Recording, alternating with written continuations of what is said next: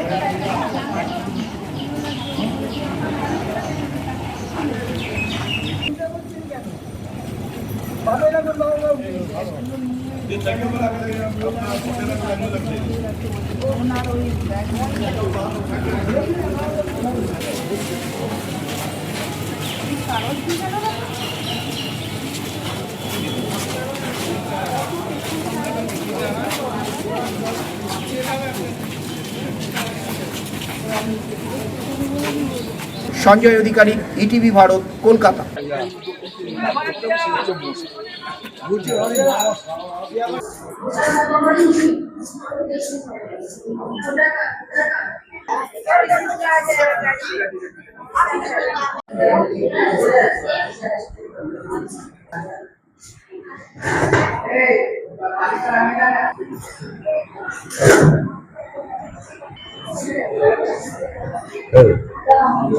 তীব্র দাবদাহ থেকে বাঁচতে বহু ভোটার এই ভোটের দ্বিতীয় দফার নির্বাচনে তারা লাইন দিয়ে মহিলা পুরুষ নির্বিশেষে সকলে এসে ভোটাররা আসছেন এবং সেখানে ভোট দিয়ে যাচ্ছেন এবং সকাল থেকেই ভোট প্রক্রিয়া শুরু হয়েছে হুগলি জেলার বিভিন্ন জায়গায়। 18টি বিধানসভার মধ্যে প্রতিটি বিধানসভায় ইতিমধ্যেই ভোট প্রক্রিয়া শুরু হয়ে গেছে।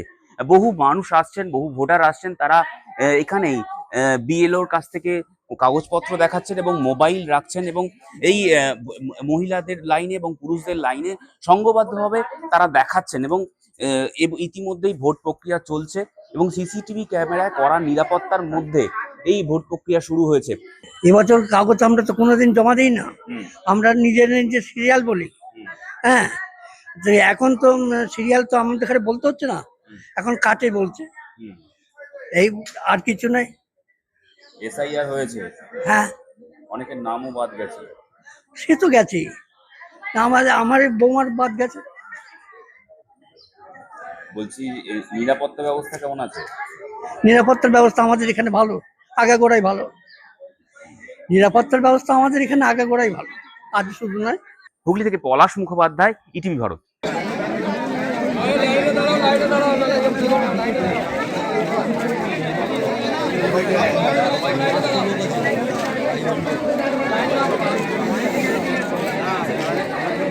রাজ্যের দ্বিতীয় দফার নির্বাচন, দ্বিতীয় দফা তথা শেষ দফার নির্বাচনে কার্যত সকাল থেকে আমরা দেখতে পাচ্ছি পূর্ব বর্ধমান জেলার গলসি বিধানসভার উচ্চগ্রাম উচ্চ বিদ্যালয়ে এই মুহূর্তে আমরা দাঁড়িয়ে গণতান্ত্রিক উৎসবে এক মহা আয়োজন এবং সেখানে দেখা যাচ্ছে যে সম্প্রতির বাংলায় নজরুল রবীন্দ্রনাথের বাংলায় দেখা যাচ্ছে যে উচ্চগ্রাম উচ্চ বিদ্যালয়ের সিংহদুয়ার দিয়ে কিন্তু মানুষের ভিড় এবং সেই সিংহদুয়ার দিয়ে এই মুহূর্তে মহিলাদের উপচে পড়া ভিড় সকাল থেকেই এবং পাশাপাশি এদিকেও আমি দেখাবার চেষ্টা করব যে এদিকে যারা পুরুষদের লাইন দিয়েছেন, দীর্ঘ লাইন, লম্বা লাইন, প্রচুর মানুষ এখানে জমায়েত হয়েছেন এবং দেখা যাচ্ছে যে সেই যে সম্প্রীতির বাংলার যে নিদর্শন রবীন্দ্র নজরুলকে সামনে রেখেই উচ্চ বিদ্যালয়ে আজ শুরু হলো সকাল থেকেই উৎসবের মেজাজে কার্যত ভোট এবং আমরা কথা বলার চেষ্টা করব যারা এখানে মহিলারা দাঁড়িয়ে রয়েছেন তাদের সঙ্গে কথা বলার চেষ্টা করব। কেন সকাল সকাল ভোট দিতে কেন?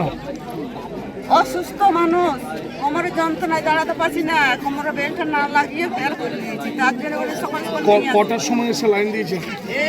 এলো 6টার সময়। দিদি সকাল সকাল লাইনে কেন এত সকালে? বয়স্ক লোক আমি থাকবো লাইনে অত দেরি গরমে তার জন্য এত সকালে কেন ভোট দিতে দিবি? আবহাওয়া তো বুঝতেই পারছেন। তাছাড়া ভোট তো দিতেই হবে। সেটা সকালেই, সকাল সকাল দেওয়াটাই ভালো মনে করি।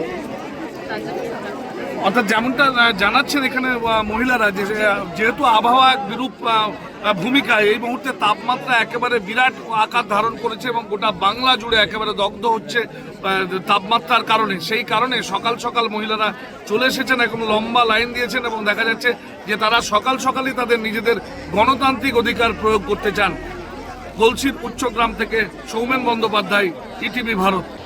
রাজ্য জুড়ে শুরু হয়েছে পশ্চিমবঙ্গের দ্বিতীয় দফার নির্বাচন। এদিন রাজ্যের 142টি বিধানসভা কেন্দ্রে ভোট গ্রহণ করা হচ্ছে। এর মধ্যে পূর্ব বর্ধমান জেলার 16টি বিধানসভা কেন্দ্রে চলছে ভোট গ্রহণ। সকাল থেকেই বিভিন্ন বুথে দেখা যাচ্ছে কড়া নিরাপত্তার মধ্যে দিয়ে ভোট গ্রহণ শুরু হয়েছে। আমরা ভোটারদের কাছ থেকে জেনে নেব তাদের প্রতিক্রিয়া। হচ্ছে খুব ভালো হচ্ছে। নিরাপত্তা ভালো, খুব সব দিক থেকেই ঠিক আছে। এবারে ভোট কি একটু অন্যরকম হচ্ছে? না, সেটা বলতে পারবো না, কিন্তু কথা হচ্ছে সাধারণ মানুষের মনের কি আছে না আছে সেটা আলাদা, কিন্তু ব্যবস্থা খুব সুন্দর। নির্বাচনকে ঘিরে একটা কি বাড়তি উৎসাহ উদ্দীপনা আছে? হ্যাঁ, একদম রয়েছে। সকাল এসেছেন কেন ভোট দিতে? অ্যাকচুয়ালি প্রত্যেক বছরই সকাল সকালই আসি, যে রোদ বৃষ্টি ঝামেলা সব থেকে এড়িয়ে চলে যাই, ভোট দিয়ে বাড়ি ফিরে যাবে। বাড়ি ফিরে যাবো। আমার একটু বেরোনোর তাড়া আছে আর কি, এক জায়গায় যেতে হবে ওই জন্য। কখন এসেছিলেন লাইন দিতে? আমি এসেছি 6:45। আচ্ছা, দি কেমন দেখলেন ভোট?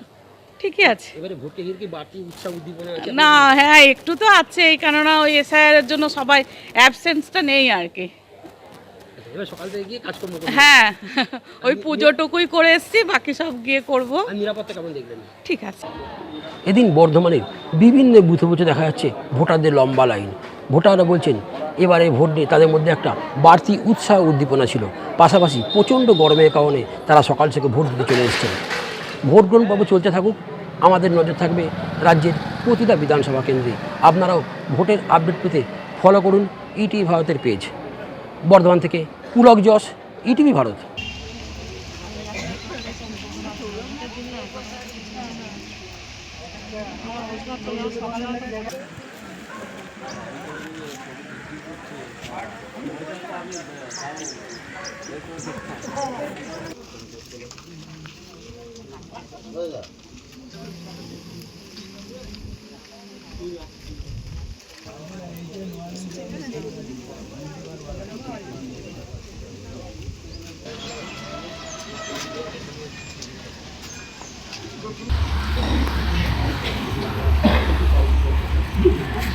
এখন নিরাপত্তার অসুবিধা নেই, তবে কিছু পরিবর্তন করলে মনে হয় ভালো হয়, যেন আমরা সিনিয়র সিটিজেন কিছু হ্যান্ডিক্যাপ সেগুলোকে মানে এখন না হলেও পরবর্তী ইলেকশনে যাতে করে একটা কারেকশন করে সিনিয়র সিটিজেনদের জন্য একটা স্পেশাল টাইম ফ্রেম বা কিছু করা যায়, তাহলে আমার হয় আরও ভালো হয়।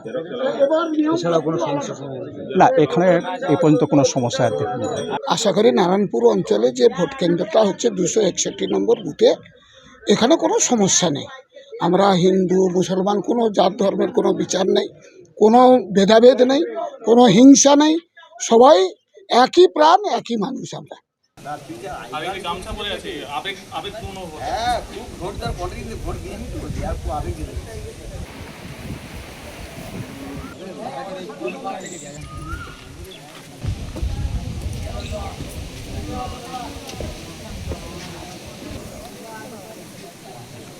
এখানে তো মহিলা পরিচালিত প্রিজাইডিং অফিসার, তার জন্য কি দেরি হচ্ছে মনে হচ্ছে?